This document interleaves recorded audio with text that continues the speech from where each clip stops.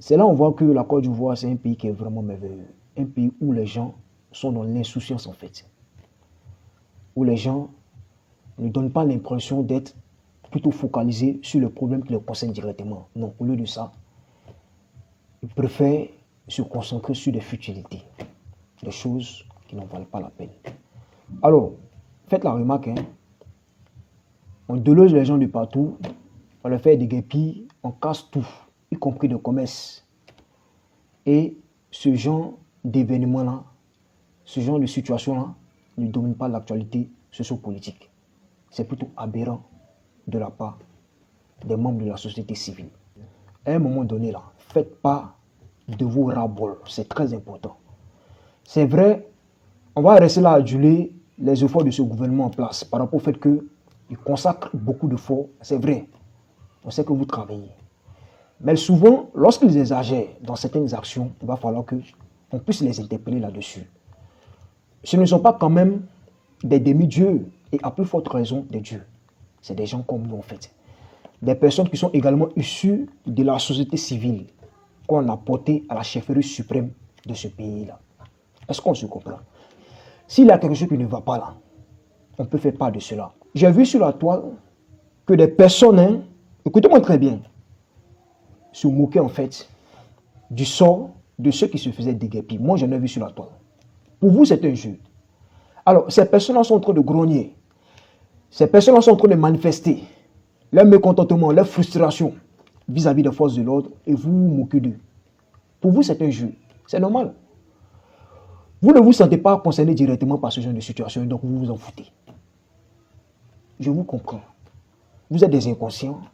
Vous êtes omnibulés en fait de par ce qu'on vous raconte, de par cette propagande-là de Côte d'Ivoire émergente. Là. Et donc, vous ne cherchez plus rien à comprendre. On tient tous à cette Côte d'Ivoire qui émerge.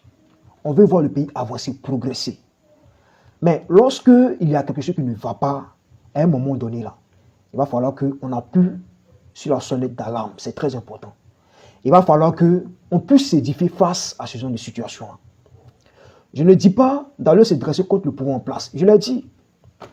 Il y a des gens dans l'opposition là-bas, des leaders de partis politiques appartenant à la dissidence, qui attendent ce genre d'occasion-là pour conduire le pays dans un certain chaos social en fait. En vue de prendre le pouvoir. Ça, on le sait. Et donc, je ne vais pas vous demander d'initier de grandes sociales. Est-ce qu'on se comprend? Mais de compatir à la douleur, à la peine de ceux qui subissent les conséquences directes de ce genre d'opération. De ce genre d'opération de déguerpissement, de casse. C'est très important. Je vous vois dire non. Cela me résiste, mais c'est pourquoi même. C'est normal. Vous n'êtes pas directement concerné par ce genre de situation. Normalement, d'après ce que je sais, ici en Côte d'Ivoire, la loi protège les villages. Et donc, le district d'Abidjan ne peut pas se permettre d'aller faire déguerpir un village ou aller démolir les lieux de ce village-là. Ce n'est pas possible. Mais si vous voyez que les autorités du district d'Abidjan se sont donné comme mission de procéder au déguerpissement de ce lieu-là, c'est parce que ils se sont entendus avec la chefferie de ce village. Il faut que vous compreniez quelque chose.